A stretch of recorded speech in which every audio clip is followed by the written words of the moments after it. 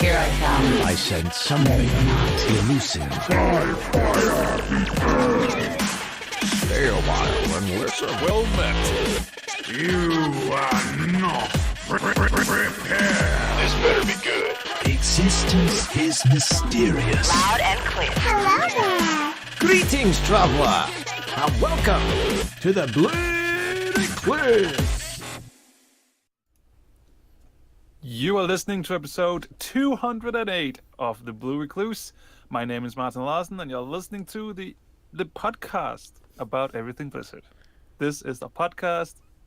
I for a second there, I apparently forgot what we were doing. I'm not getting old, or am I? It's Sunday, and it's October the 14th, 2018, and with me today, all the way from the US of A, it's Michael. How you doing? Doing pretty well. I've been playing some video games lately. Been playing a lot of different games lately, so it's been a lot of fun. We got some stuff to talk about today. All right, is it Blizzard games? Yes, it is. Oh, okay. Because I have been playing other games. Oh, maybe we So can talk we're about not- those. No. No, they don't really exist. Not on this show, at least not on this show. Tom is not with us today. He, I don't know. He apparently had more important stuff to do than being here and talk to us. He has no dedication. I mean, he just wants to be celebrating Canadian Thanksgiving like anybody really does that. And who knows what else? We don't know. Nobody knows. I mean, he was away for 2 weeks, came back, talked like a whole show about Hearthstone, and then buggered off again. It's so typical, right? That's what he did. There's nothing else to talk about in Hearthstone, so he was like, I'm gonna be back in like 2 months when there's stuff to talk about after BlizzCon. Exactly. All right. I don't know where to start today, Michael. There's so many interesting things going on in Blizzard land. Let's start from the top of the show notes then, I guess. Okay. Yeah. Just, I mean, I guess it's a good place to start, right? The big Overwatch news. The big Overwatch news of the week. If you out there who are listening or watching right now, if you like breakfast, then I guess that's good news for you. If you like breakfast and you like Overwatch, then boy does Blizzard have something in store for you. Because the good old Lucios. But where did it actually start from? The Lucios, was it just like a spray or something in game, or was there something else? I wish I could tell you. Obviously, there are minds that know more than I do, but it seems like it stemmed from something in game. Whether it's like a joke that they made in game, or whether it's a spray, or maybe they were talking about it. Like maybe Lucio in game actually has his own branded cereal. You know, he's a big DJ, so they would make sense. No. It was one of the cinematics, or the lead up to the cinematics.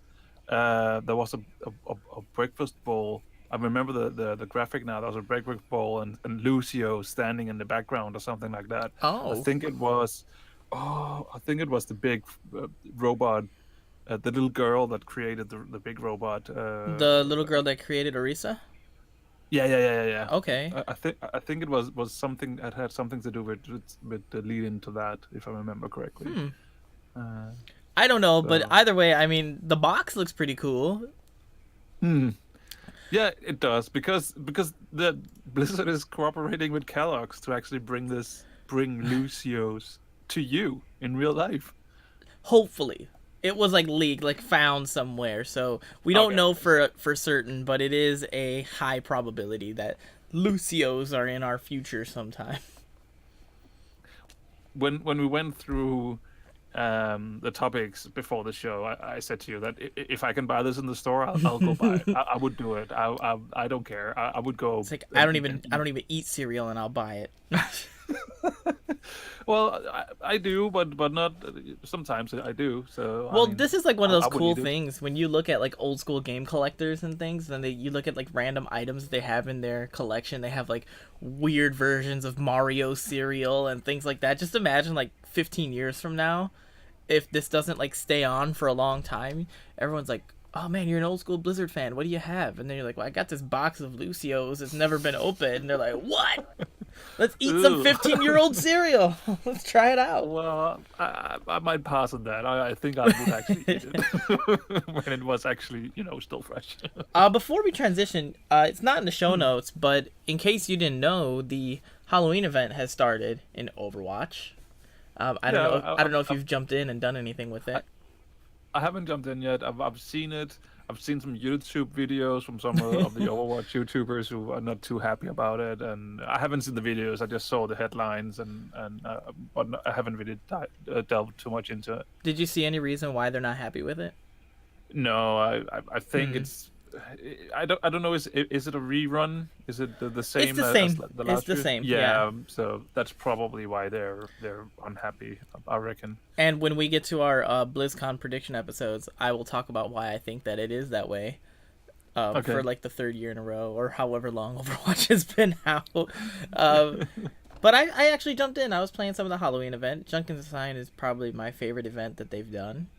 So when I jumped in, first of all, I feel really rusty. I don't feel good at the game at all anymore. Not that I ever really felt all that great, but I definitely feeling rusty. But it was fun jumping back in there. Yeah, no, I haven't really touched Overwatch that much. I think the latest Overwatch related thing I did was watching the World Cup a few was it a month back or something like that, which was it was really really good fun to watch actually. Really cool event. The production was really good. I quite enjoyed watching it. There is a free loot box if you jump in the game. Like all you gotta do is log in and you get a free loot box. Oh. So if it's installed on your Really? computer, might as well do it. I will have to log in then while I'll eat my Lucio cereal. And yeah, gotta getting my free loot box from the cereal box as well. Loot box during breakfast? That's the way to go. Loot boxes everywhere. It's the new big thing. That's right. All right. Well, I can see also if I look down into the show notes that you've been playing Hearthstone again. I have. I've been playing a lot of Hearthstone actually. I caught up on all of my quests. And I've kept up on them. I haven't done today's, but if I log in right now, there's only today's available. Oh, nope, I lied. I have yesterday's available too because it was Challenge a Friend and none of my friends were able to come online that play Hearthstone. I messaged Dusty and he wasn't able to do it, so I'm still waiting to do that one. But I have been enjoying it a lot and it's all whiz bang. I'm on like, I think I'm ranked 22, about to hit 21, and it's just whiz bang. That's it. I think I've made a mage deck just for fun, and I made like a mech warrior deck because mech warrior was one of my favorite games growing up. And every time I can make a warrior deck that's themed around mechs, I'm gonna go for it. So it's a lot of fun right now. I've been enjoying it. Cool. Well, that's good. That's cool. I mean, I won't say I'm completely back into the game, but I have played it a little bit lately. As also mentioned on one of the previous episodes, it started with the puzzle labs, and from there I jumped into just do like a few quests here and there, and just enjoying the game in my own pace, I guess. That's the best way to go. Yeah.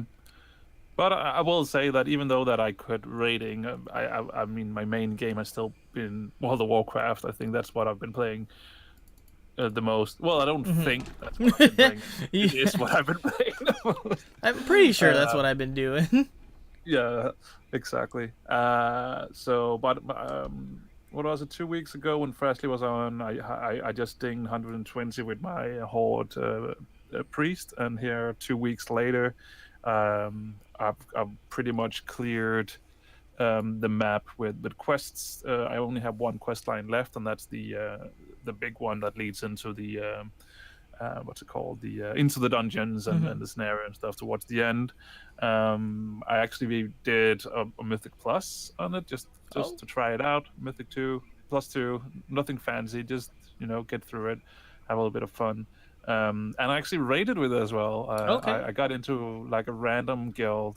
They're not organized at all. They're just fun. And they were like, "Hey, we are going to raid Friday night. Do you want to join?" And I was like, "Yeah, sure. Let's jump in."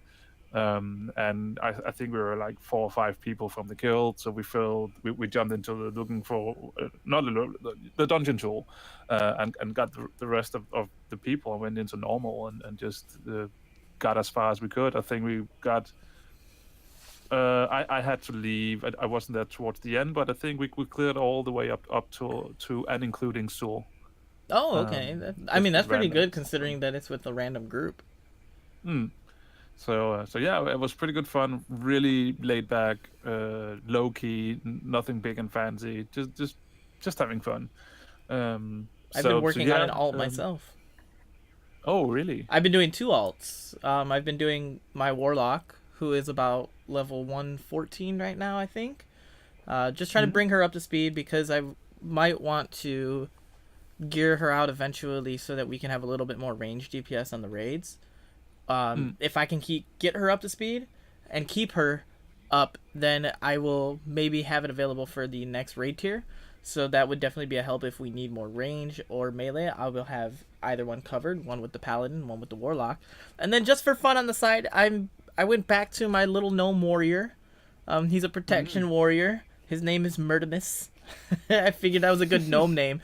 And I've just been questing and leveling up in the old zones. He's only like 26 or so, but it's been fun doing that. That's actually been my main focus recently. Okay. Yeah, I still have all the allied races that I think I want to level up, but it's not something that's high priority. But I did since I unlocked the Dark Iron Dwarves. I did make one and jumped in and just did some random questing and dude, the whole scaling system, it's so amazing. It's so cool that you can just choose to, all right, I'll go here, do some questing over here, even though this zone normally would be like 10 levels below me, and just enjoying it. It just helps if you get lost. That as well, yeah. Because instead of like trying to figure your way around, you could just start questing over there and be like, okay, I got this. Yeah. So yeah, I'm really just enjoying when I'm doing it. It's not too often that I jump on the allied races, but when I'm doing it, I'm just having so much fun because scaling is amazing. It should have been there from the beginning. It's great. It is. So we do have other stuff before we get into the heavy World of Warcraft stuff, because there was a Q&A. We're going to get to that in a little bit. I just wanted to touch on, obviously, we've talked about Overwatch, we've talked about Hearthstone. Unfortunately, there's no Starcraft stuff to talk about, so I do have to bring in some Heroes of the Storm stuff, because everybody's favorite Dreadlord is here. Wait. There is some Starcraft stuff to talk about. Have I missed something? I think you have. But I will find it. I will put it in the show notes. So you just continue talking about what you're going to talk about, and I'll find the StarCraft for you, Michael. This is totally opposite. This should be you finding it, shouldn't it? Hey, sometimes, I put a lot of things in the show notes. I've been watching a lot of things recently. I can't be on top of everything all the time. So, it's all right. Fine. Everybody's favorite Dreadlord, Mal'Ganis, from Arthas Corrupting fame, is coming to Heroes of the Storm, which is pretty exciting. People who love Warcraft 3, and I think he was also a bit in World of Warcraft as a boss, he's coming to the Nexus as a melee warrior, and he will specialize in survivability and dealing some damage. He has some pretty cool abilities that make you feel like a Dreadlord, except for one, which is really weird. He has all the cool stuff, carrying Swarm, throwing a whole bunch of bats and stuff at people. He has like Necrotic Embrace, which is like this little swirly thing around him that deals damage to all nearby enemies, and he gains armor for a few seconds. But then also he has a move that puts people to sleep, which is a little bit weird. It's a good thing for an escape, but you just imagine like this big hulking Dreadlord like dishing out damage and then all of a sudden go to sleep. And he puts him to sleep for about 2.5 seconds. So that's kind of like a either a good engage, like he can actually engage pretty well, put people to sleep, and then the team collapses on an enemy, or it can be used as an escape. If you find yourself caught out, you could put an enemy to sleep and then kind of get out of there, hopefully, because it also increases his movement speed, which is pretty cool. But yeah, I mean, the sleep effect, it is commonly something that you at least for me, at least, that you would say belongs to a Dreadlord. Oh. Yeah, we've seen it a few. Even what was it in Legion? There was the one dungeon, the Black Rook Hold, where you actually fight against the Dreadnought, and one of his abilities is actually to put a random player asleep. Oh, see, that never landed on me, but that's why I didn't know. If you were the tank, then I don't think you could get hit. No, I don't know, or maybe you're just lucky, or maybe you just didn't pay attention. Hey, I paid attention, okay? But yeah, he's coming to the Nexus. It should be pretty fun. He has this mecha suit as well. Like, they gave him a mecha suit, so he looks like a Gundam type deal. It looks pretty cool. I don't think it fits all that much, but it does look pretty cool. I personally like his base skin a lot. So, Mal'Ganis is coming. He should be here this coming week, I think, actually. It was pretty surprising because they were like, hey, guess what? Mal'Ganis is coming. He's on the PTR right now, and he's going to be released really soon. So, the quickness of it is bringing the community to feel that maybe there's something else in store for BlizzCon, and they might have a new hero announcement or two.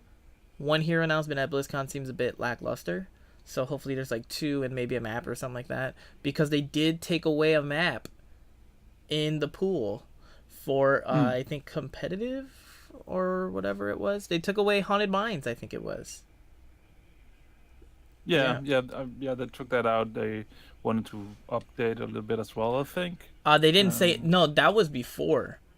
Oh, that was they before, said that's right, before they yeah. said that. This time they just took it out and they didn't say anything.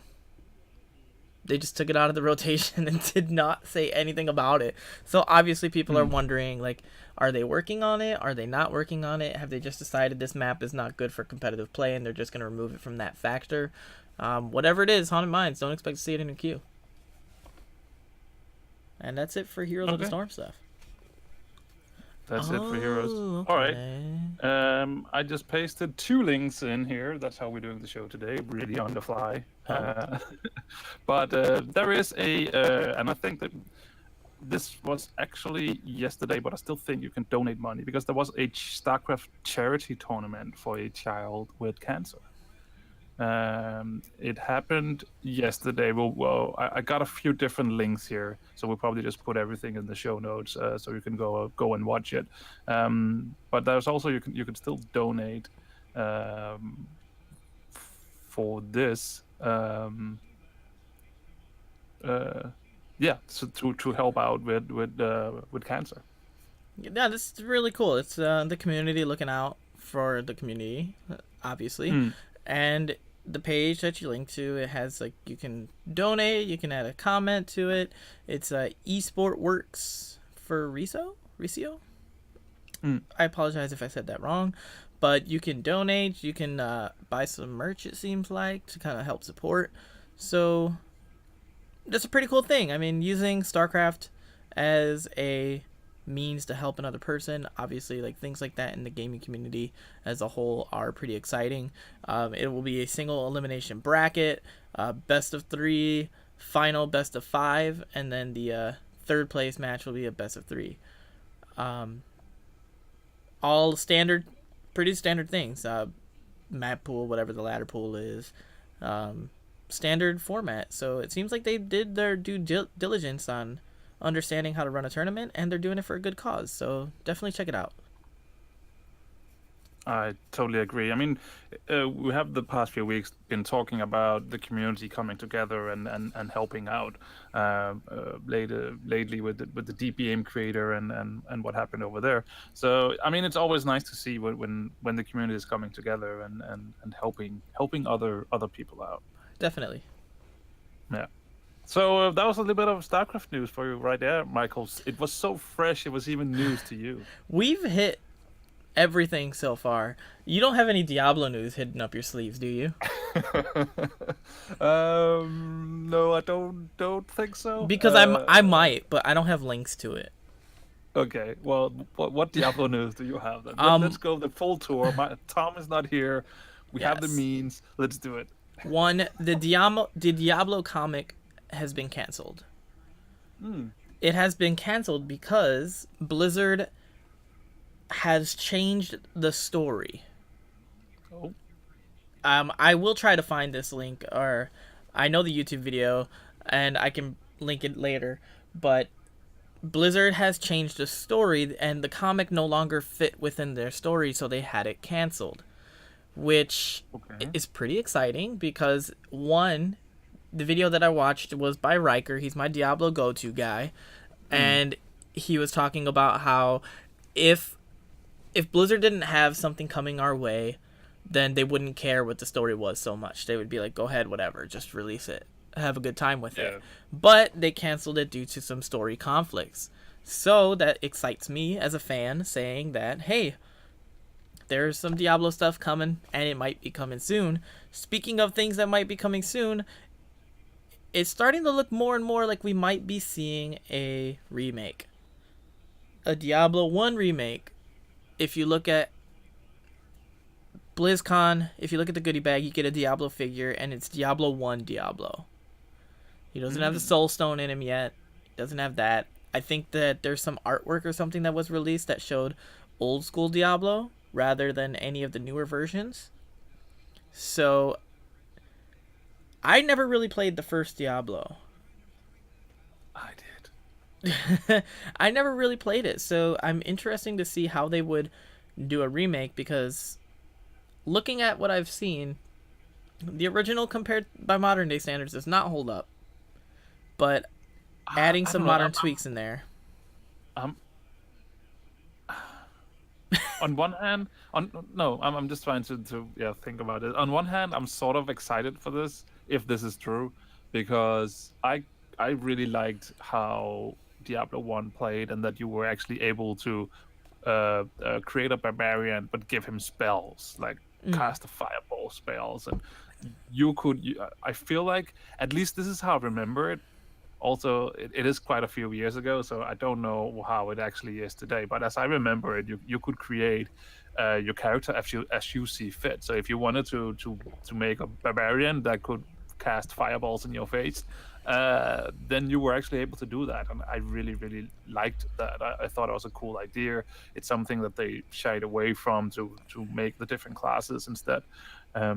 So I see an updated version that was playable and that maybe looked a little bit more nicer.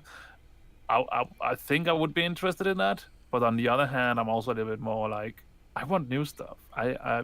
Remakes is fine, but come on, I want something new. There still may be something else. Like, all the things that we've heard has been not necessarily that there's a new Diablo thing coming, but that there are new Diablo things coming. Yeah, there's in plural, multiple. Yeah, so multiple things. And I guess when we sort of know that one of them is a potential, or is it official that the Netflix series is a thing? Or It's not official. It's not official. It's not official. Yeah. So we have potential a Netflix series. We know we will get Diablo for Switch, and so that's I don't know if we can say that Diablo for Switch is one of the multiple things. I mean, it's there as well, but it's nothing new. And the comic is canceled. Yeah. So it has to be something else, right? Well, you would hope so. I mean, I like that idea that you were bringing up of the character creation style. I kind of like that stuff. It's like in what is it, like Baldur's Gate and games like that, where you could kind of just create a character from scratch, and you can put points in whatever area you want to kind of create the character that you want. I like that type of stuff. Like, why not be a barbarian that dabbled in the arcane and decided to learn spells rather than just smash people in the face all the time? Like, I like that. Yeah. So and if there were to be like a Diablo 4 in the works, how would you like that to be, like, class wise? Do you like in the second and third one where you pick a class and then that's what they can do, or would you love something more customized, more custom options like in Diablo 1? I would like there to be both.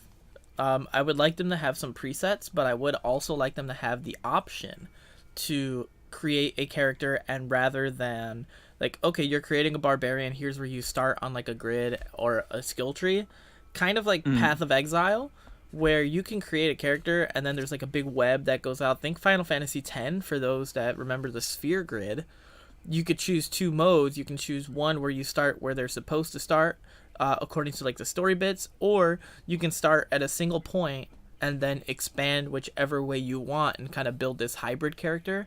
I like that idea. So I would love if they would give me that option. And then the biggest thing would be gear.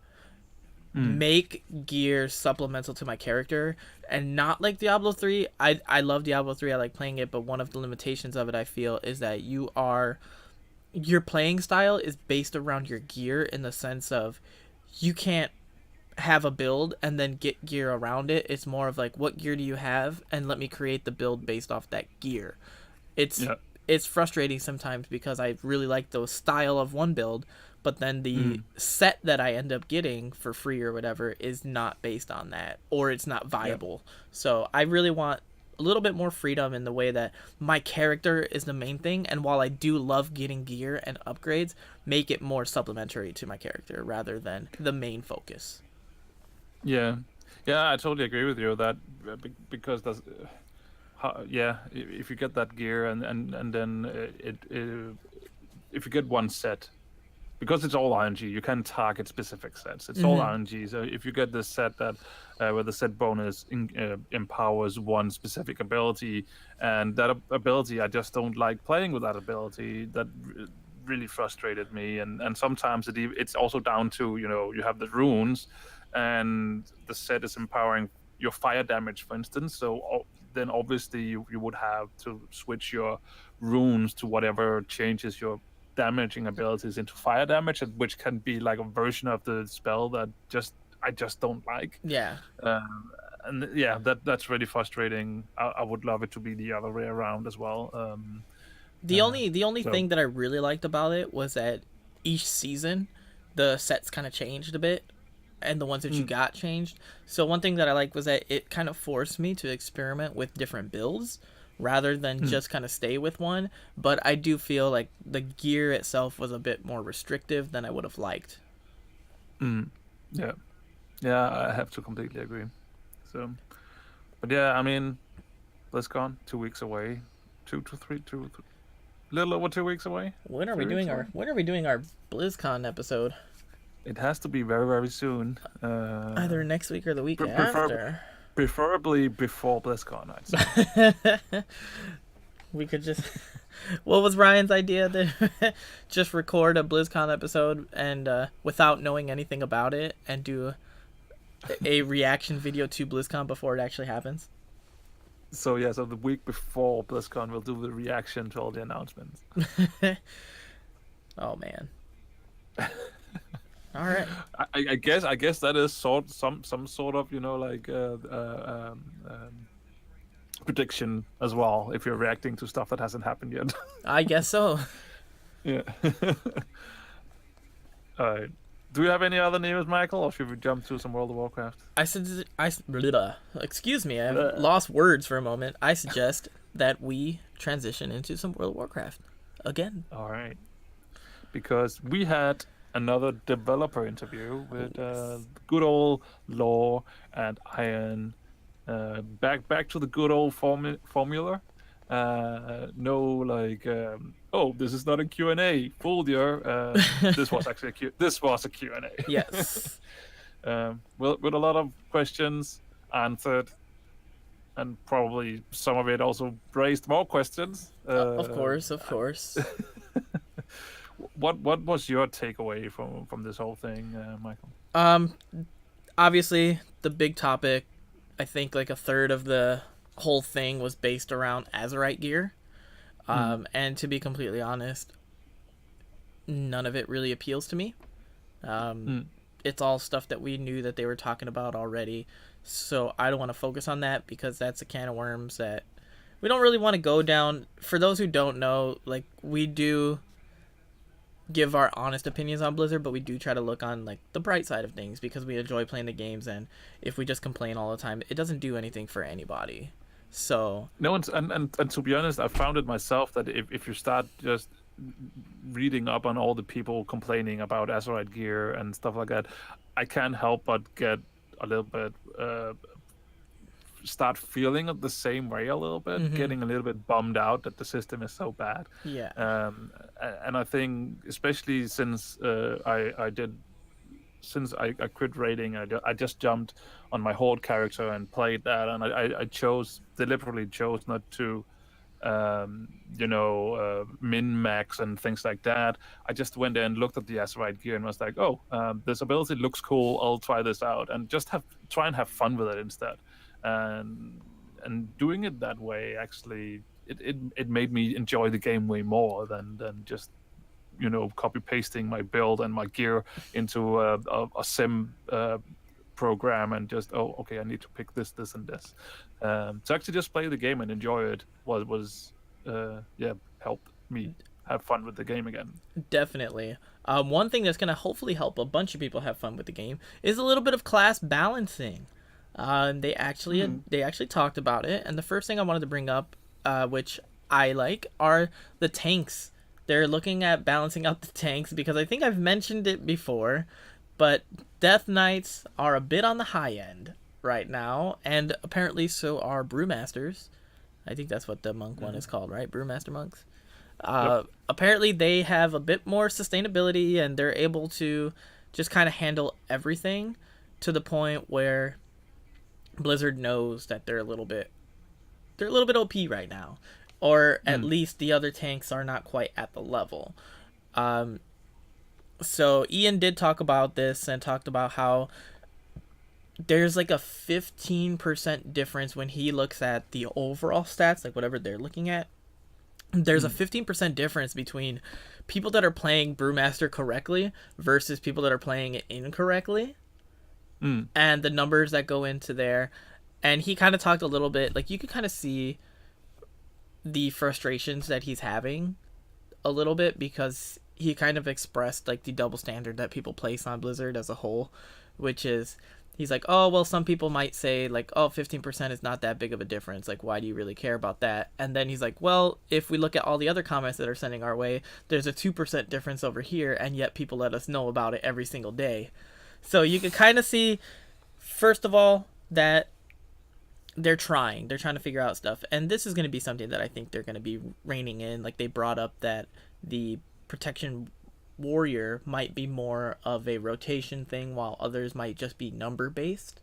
It's not really like, oh, we need to revamp the tanks and reinvigorate them. It's more of, how can we make this rotation a little bit more satisfying to use? A lot of people seem to think that the protection warrior is a bit boring. Maybe there's just not enough buttons to push, or it just seems a bit lackluster. So they're looking at that, and they're also looking at the numbers that they may need to tweak to bring all the other tanks up to par.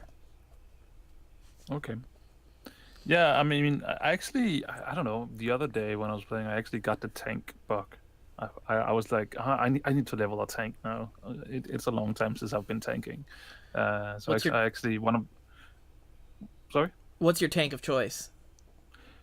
I would say my tank of choice is normally Paladin. Okay. I thought you would be happy about that answer. Well, I love the Paladin. I do. I just like hearing other perspectives on tanks. Like, I've always wanted to be like the protection warrior. Like, it just seems like the one, like that's the one to go to. I don't know why I think that. It's just kind of your archetype, like when you think of a fantasy game, you think of the warrior with the sword and board, and they're holding it down for the team. Like, I like that concept. And I think in vanilla and classic, warrior was the go-to tank normally.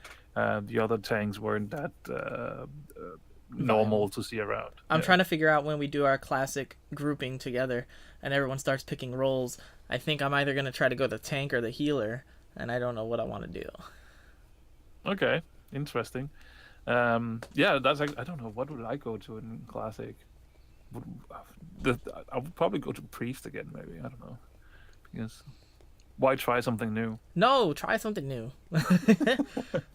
The whole point of it is like the experience of something brand new.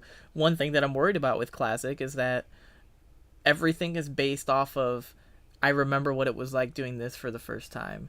Or, man, we had no idea what to do and blah, blah, blah. But now we know what to do. Now we know what to expect, and I'm wondering how much of that is going to be lost with a revamp. I know that if they nail down the classic experience, I know that there will be a lot of people who are used to running dungeons in this new landscape of World of Warcraft that will be really surprised about, first of all, how difficult it is. Second of all, wait, we have to use CC. And yeah, it's going to be interesting to see how that goes down because I mean, back in the days, because people didn't know these things, and I think a lot of people might have forgotten as well, or maybe they weren't around and they're trying this for the first time. They will be really surprised how these dungeons actually run and how much tactics you actually needed to apply to the dungeons. Because I remember if you had a if you didn't have anyone in your group who do that, like set up marks and say, all right, we have a mage, always sheep, the blue mark. I will mark for you. If you didn't have someone to lead the dungeon, then it could be a really, really horrible experience because they are not as straightforward as they are today. So I think that's going to be interesting to see. I don't even know if I would like it anymore. So I guess time will tell. I don't know. Personally, I think it might be. I'm trying not to upset people, but I do think that while newer players like myself will have to learn a little bit more about like CC and things like that, and maybe not overpulling, I do think that the dungeons are very basic compared to nowadays, and I think that once you learn those couple things, that it won't be as difficult. Maybe it will be if you have a group that is not quite up to par or they're missing something, but I think when you run dungeons now, I think that there's so much more going on than there was back in the day that right now it'd probably be easier to learn an old school dungeon than it would be to jump into like a Mythic +5 or something like that. Personally, Yeah. obviously I don't know. You might hear me in a few weeks crying that like in the beta they let us do a dungeon and I couldn't get past the door and they were yelling at me because I kept pulling everything. Who knows? But I'm looking forward to experiencing it. I don't know. I feel like the dungeon awareness and group and player awareness that the tank had to have was you needed to have way more awareness back then, because if you had patrolling mobs, you obviously, well, I guess Mythic Plus is probably where you get a little bit closer to it, except that you don't want to overpull too much. You don't want to rush through as you do in Mythic Plus. You actually would have to think about, all right, we have 5 elites right here. The tank can probably only tank 3 of them before he will die from them. So you need to hunter trap 1 and mage sheep another, and don't AoE. If you AoE, then those mobs are out and attacking you. And tanks and tank aggro is so different. We had like threat meters back then, so to make sure that we wouldn't pull threat from the tank, and there was always that one person in the group, one DPS guy who would The just mage. like, the tank has hit them up once. I'll just start blasting them with my big damage abilities and pull aggro from the tank, who would then run around like a headless chicken Trying to get and get aggro back from it. So yeah, I'm I excited don't for that. I'm excited for that personally. I like that. I think that the new changes to the tanking has made it more fun. Tanking in dungeons and things like that. Like the aggro, like, oh my god, Selena's in the corner dying because I left that one guy and I forgot to grab it. Let me go and grab it really quick. Obviously, you can still grab it easier nowadays than you could back then, but I am looking forward to that. Yeah, I mean, you really need to keep that taunt cooldown under control, because you'll need it in Classic. Anyway, that was we got a little bit sidetracked. Just a little bit. Just a little bit. But yeah, the developer interviews. I don't know. I sort of feel like it feels a little bit like these days I find that they picked the questions beforehand that they want to do, and they don't really want to talk too much about like going down like taking some of them a little bit more obscure questions. So is it just me that has that feeling? No, I mean, I think it's pretty obvious that they filter the questions. They filter it based off of, I don't know how much Ian is prepped beforehand on like, hey, these are all the questions, like this is what we're gonna do, plan your responses, because it does seem like sometimes he pauses and tries to figure out like, how am I gonna word this. So I don't know how much prep time that Ian has, but I'm pretty sure like Lore is sitting there figuring it out. Obviously he's not just randomly pulling questions. They have all the things that they need to make the questions visible on screen. So it's challenging to try to imagine them taking some more obscure or like hard-hitting questions like right then and there, unless you want people complain about how boring the Q&As are right now. Just imagine like if you hit a big topic and then Ian actually knows like all the information right there and he's talking about it and he goes in depth. You might hear some things that you're just like, what is he talking about? The crazy programmer language, I don't know. I don't know. I think it's really challenging. And in our show notes, you'll see I linked a video from Bellular who talks about the current state of the Q&A and how he thinks that it's not really why it doesn't resonate with the community and how it just doesn't work. And I think that we're seeing that. Like, it just doesn't work because it kind of gives the impression that they are out of touch with the community, and I don't think that they are, at least as much as people say that they are. No. I don't think that that's the case. I think that they really do.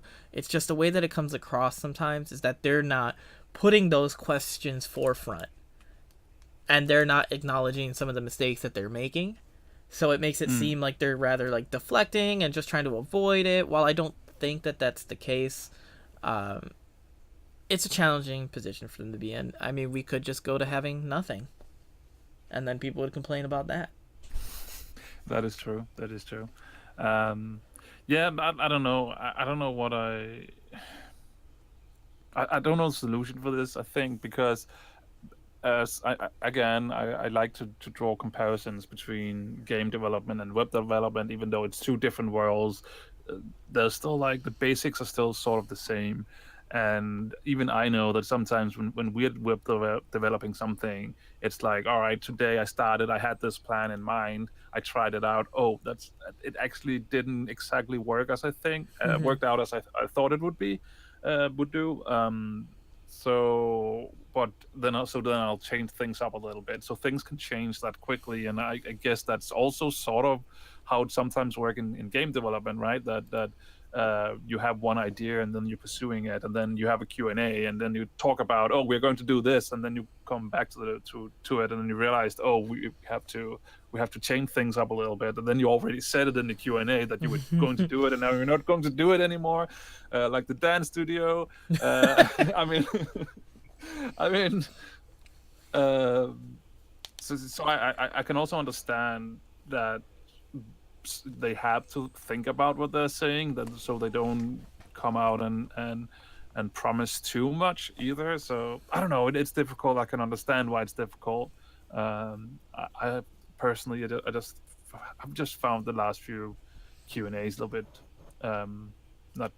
not that interesting for me, at least. I mean, I'm right there with you. Like, they haven't really spoken to me. I try to pick out things here and there that I'm like, okay, let me get excited about that. Like, let me get excited about some tanking things going on, even though officially they don't really affect me all that much.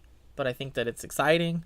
One thing that they did bring up is how the war fronts are going to be working, because patch 8.1 is going to be bringing us a new one, which will be Darkshore. And it's actually going to be up at the same time as Stormguard is, which means that you get double the opportunity to get your gear, get your loot, get your world bosses, things like that. So rather than, okay, you're doing Stormguard this session, and then we're going to activate Darkshore, and then you're not going to be able to do Stormguard, you actually get to do both, which is, I think it's a pretty good move. I mean, you get to do more opportunities to get some gear. So it would depend on the drop rate of the gear and what your gear is actually dropping. Obviously, people are going to find more reasons to complain. They're too boring. But I hope that it will be two very different feels for the war fronts. That way, if you're feeling like, hey, I want to go defend something, or storm something, let me go to Stormguard. And I want Darkshore to be kind of something completely different that will just throw people off and just be exciting to do. I like that. Yeah. I wanted to say something. I forgot what it was now. Okay, well, Oh yeah. Oh, go ahead. I remember now. Sorry. But no. First off, no. I'm looking forward to. I actually quite enjoy the war fund, the current war fund. I have to admit, when I did it on my main, when I was raiding, I was like, oh, this is not too interesting for me because first of all the upgrades. This is not the place I will get the upgrades from. But when I jumped in on my alts and started, it's quite fun, and you can do different things in them actually. I think like there's been like 3 different play styles that I've adapted. One of them is go for the achievements, try and figure out how can I do all these things so I get the achievements. The second one is follow the combat group, so just go assault and DPS or tank heal, whatever you're doing, and just go crazy, try and take over the other bases and stuff, the interest points. And the third way is to be the gatherer, where you basically just run around and gather wood and iron ore to upgrade your buildings. So you I guess a little bit more like the RTS player. Oh yeah. You upgrade your units and build the buildings and stuff like that. And then you can obviously also do all 3 of them, so you're not getting too bored about doing all the same things and things like that. So I actually experimented, trying out some different things just to mix things up, and I'm quite enjoying them, and just getting, if it's an old, getting some easier access to some gear. I don't know. I just feel like they work pretty well, except if you're already raiding, then the gear is a little bit underwhelming. One thing that is cool that they are talking about adding in is that they actually did internal tests with full raid groups queuing for the war fronts. That was kind of an issue that people brought up, was like, if this is war, why can I not go in with my crew, with my army? Why can I not bring the whole raid group? And as of right now, they said that it is not very fun because as a raid group, you just steamroll everything, and then you have to wait for the minions of like Stormguard and all that to kind of do their thing and eventually get to the end. So he's like, waiting 15 minutes for your siege engines to progress isn't that fun. But they're not just throwing it out. They are looking at adding another version of Warfronts that's tuned to those that go in with a raid group. That would be fun. I think that would be really fun. Yeah, one thing that I found really annoying is just that last bit when you've done everything and you're just standing outside the gate and you're just waiting for that gate to fall. Be destroyed. Yeah, to fall. That's. I feel like there's something they could have done. Maybe you could have, I don't know, unlock some grenades you can throw at the gate or something. I feel like there's missing some sort of gameplay with the gate itself. Because you basically just unlock everything and then you're just standing there waiting 5 minutes, and then now the gate is gone and we can charge in and kill the commander. I think that maybe there should be like a thing that automatically triggers, like once you capture everything, then it just kind of automatically goes to the gate, and if you've defeated all the minions and it's pretty much inevitable, they just kind of fast forward it to it.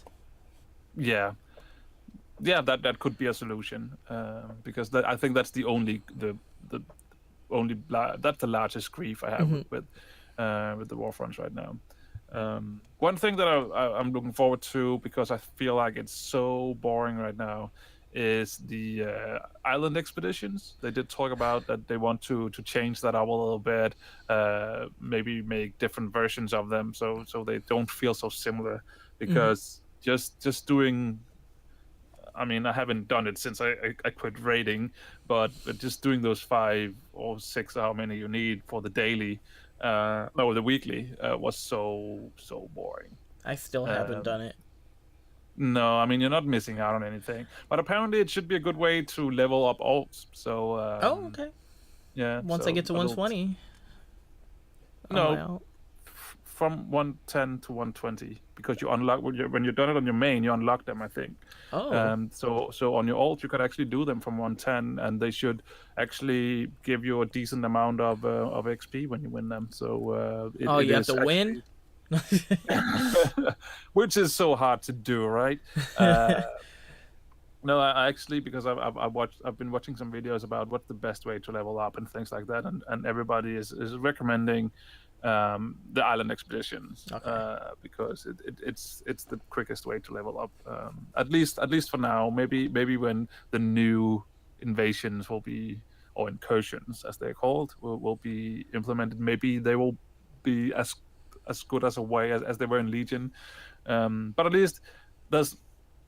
Personally, I feel like PvP is a good way as well. I enjoy doing PvP to level. If you win, then you get a good chunk of XP, and obviously there's questing. And I just like that there's so many different ways, different things you can do to level up. Just because I know when I get to a little bit down the line and I get to my ult number 10, it's nice that you can just switch things up and do something else to level up.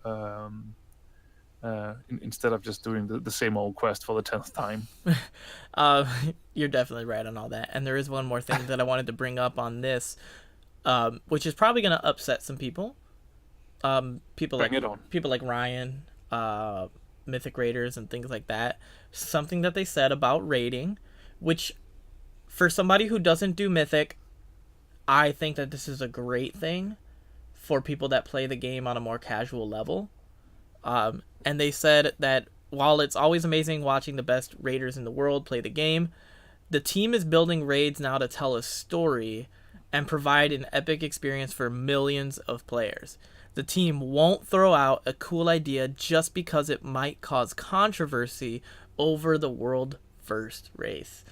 So this coming at a time where the world first race is like forefront on a lot of people's minds and on Twitch, and that's a big thing now.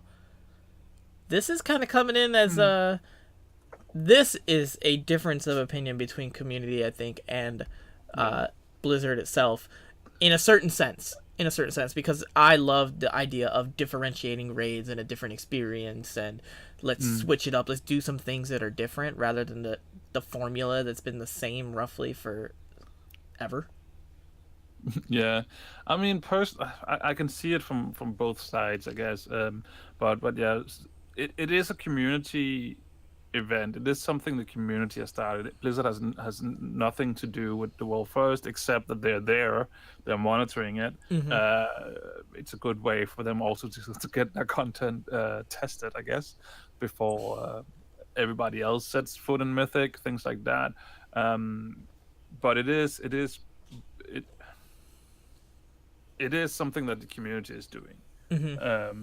And I have to agree, if Blizzard wants to tell an awesome story, and they have to do something like with the new raid coming up, where they're splitting the Horde and Alliance raid into two different versions, then I would love it. For me, it's about the story, and it's not about the Mythic raiding, if I have to prioritize what I want the most.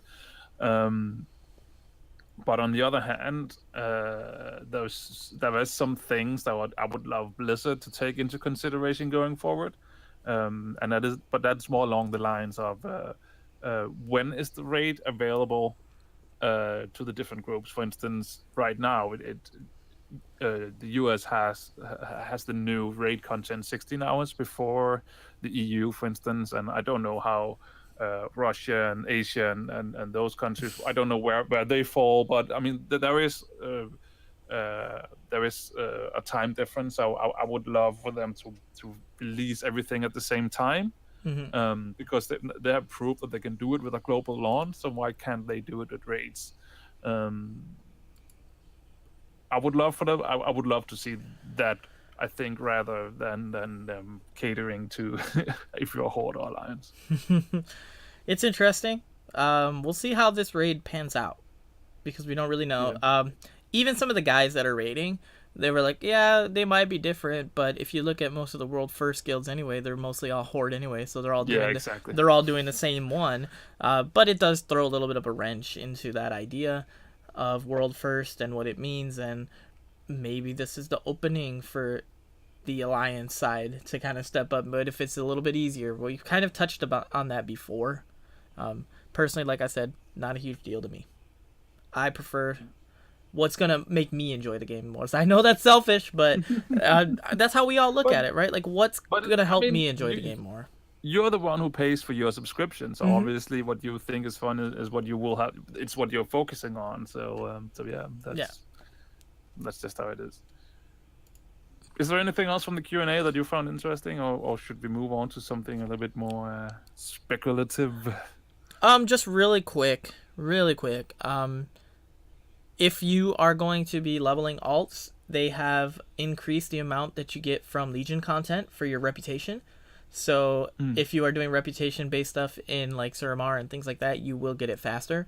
So if you are leveling alts and that's one of your worries, and you don't want to use a boost, don't worry, your reputation will be gained at a higher rate. So that's definitely a good change. Yeah, or if you just want to unlock those flying allied races, right? Yeah, that and flying. Trying to get All right, that's it for the Q&A that I have. Good. Then we have one last thing, and that is that some dude called David Brevik. Yeah, David Brevik. Yeah. I didn't know who he was before the show. I can't say that I still completely know who he is, but Mike, I think you have a little bit of info on that, right? Yes, David Brevik was one of the lead designers for Diablo 2, and he was doing a live stream. I'm not sure exactly. It's linked in the show notes, but I'm not sure. It was a Twitch thing, and they were talking about Activision and Blizzard, especially since the recent stepping down from Mike Morhaime. And he pretty much touched on something that some people have been saying. Of course, they've been saying it since the acquisition and the merger a long time ago, but they're pretty much saying that he thinks Activision is ousting all of the high-end Blizzard execs, and within 3 to 5 years, Blizzard will no longer be the recognizable company that it is today. He thinks that it'll be completely different, and it will be more Activision than it will be Blizzard. I don't know what in the world that means, in the sense of, like, I mean, if you think about the amount of people that are still there, I don't know. It's hard to discuss. But I think he is a little bit doom and gloomy here. Personally, I think that it's a little bit extreme to go that far. Like, to think that, like, Activision is actively seeking. I mean, it's companies, so they probably are. Like, for all I know, I don't know. I've seen too many shows where, like, business is just all cutthroat, and it's like, we need to get rid of them. Now Mike Morhaime's gone. We could put our boy J. Allen Brack in there that we've had on the inside for years and years. And now he's finally there. We could take over. I don't know exactly how the business aspect of it works, but I mean, I don't know. It's really difficult, and first of all, we don't know what's really happening behind those doors anyways. It's really hard to speculate about. I do feel like that the people who actually did step down had really good reasons to do so. I mean, Mike Morhaime doing the same job for 27 years. He's not getting younger. He's still going to be around for like an what's it called, like advisory role, advisory role, things like that. I mean, just imagine 27 years doing the same thing. Hey, you know what they say, if you love your job, then you never work a day in your life. That is true. I disagree with that statement. I love what I do, but I find myself tired some days and don't want to do it. But I do think it's doom and gloom, man. I'm right there with you. Yeah, I do have to admit, though, that I did get a little bit more worried about the whole Blizzard Activision thing after they started putting Call of Duty on the launch as well. Personally, I spoke about it before. I don't mind that so much. But I can also look at it from not just oh my god, I only want my Blizzard games here. I can actually think about it from the business point of view. Like, why would they? If I want to make money off my product, why would I put it through a middleman? when I have Yeah, I mean, like a source right here. Like, that's ridiculous. And I understand that aspect, but that's also what people don't like, isn't it? It is that aspect that Activision, in people's eyes, is a little bit more like, we just want your money. Where Blizzard always had the stance that we put out quality content and we listen to the players a bit more, and we put out quality. I mean, you can clearly see that with Belfast, right? And I mean, I personally, I like Call of Duty. I think it is good quality content for the most part. A lot of people give it crap, and some iterations have not been as good as others. I'll admit that, but to like completely dismiss the game as like crap based off the company that publishes it, I think is stupid. But yeah, like people just I don't know. I think the one thing that I dislike about is that it actually, because what was it this weekend or last weekend or something, where there were an update, you can buy it, or there was an open, I don't know what it was, but I just noticed when I opened my .NET launcher that the icon was flashing and that's there annoying. And, like, notice me, and I don't like that, because it really feels like they're pushing it on you. They're pushing on me. It feels a little bit like advertising that I did not ask for. Yeah, I agree with you there. Yeah, and I really dislike that. But we'll see. I don't know. Yeah, exactly. It's difficult to speculate about. It's we'll have to wait and see what happens. I say better Activision than EA. That is true. That is true. Anyway, I think that's what we had for you. You who are listening this week. You who are listening. Oh, do we? Had a question for us. Yeah. Speaking of Activision, isn't that right, Mike? Yeah. So I'm gonna put it up on the screen here. We did have a question, and I looked at it and I didn't know if it was real or not. But Tom assured me that it was real. So the question this week is from Frasley. And speaking of Activision, is what is your thought on the newest Activision game, Candy Crush Friends Saga? And that's it. That's my thoughts on it.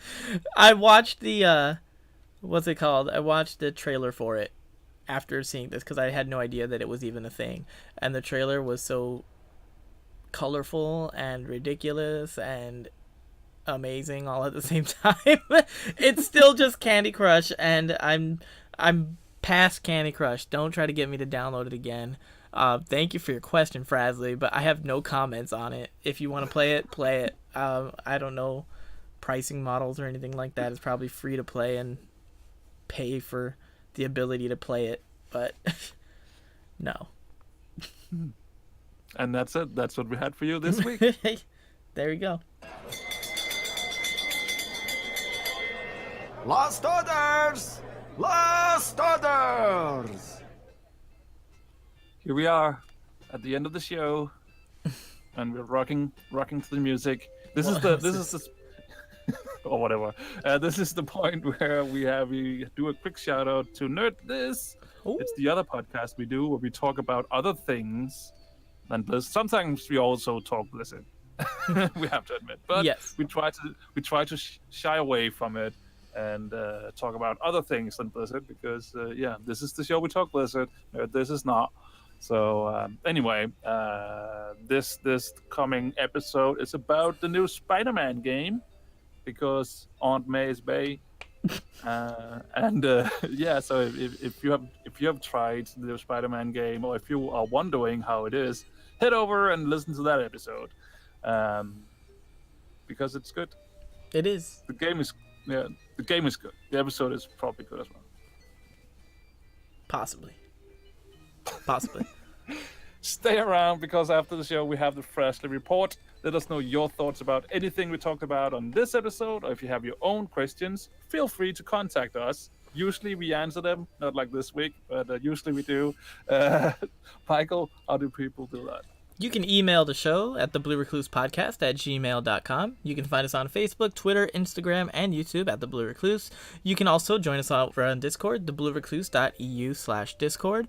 You can also find us on iTunes. You can leave a review if you like or dislike the show. Let us know. You can support us over on patreon.com/thebluerecluse. And as always, you can find all that information, including our show notes for this episode and more, on our website, thebluerecluse.eu or thebluerecluse.com.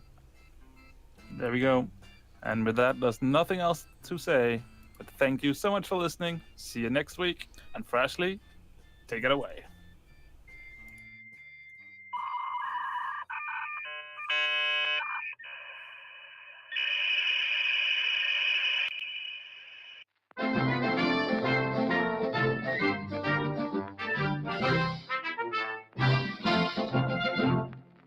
Welcome to the Frazzle Report, a short news report by me, Frazzly, the awesome gnome, to deliver your World of Warcraft news.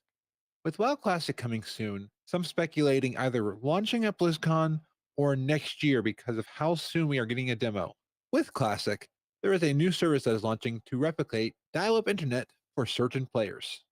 There's a group of players who want Classic, but only if they can play it on 56K dial-up. They relate to getting fast internet access and played the game on the only internet speed available to them, dial-up, which amazingly is a thing that you were able to do with WoW. This new service will be called OMG, This is Slow. And surprisingly, will only be 56 cents per month if you pay annually. The team behind this internet service ran into complications because many landlines are no longer available. This new service will be using cellular internet, then throttling speeds down to 56K in off-peak times, and even slower during peak times. They want to really replicate that feeling of being on slow internet. They've been testing out the service on World of Warcraft using the live servers for Battle for Azeroth. They're having a lot of success. Blizzard took out all of the things that they had added to account for this dial-up access. So the team is trying to figure out how to add this back into the game. They're getting slowed down right now by a lot of Blizzard's anti-hacking mechanisms in the game to stop a reverse engineering. Well, this has been the Faz Report. Until next time, be awesome. Oh, I do not at all miss dial-up. This show is brought to you by Dragon Powered Studio. Find more at dragonpoweredstudio.com.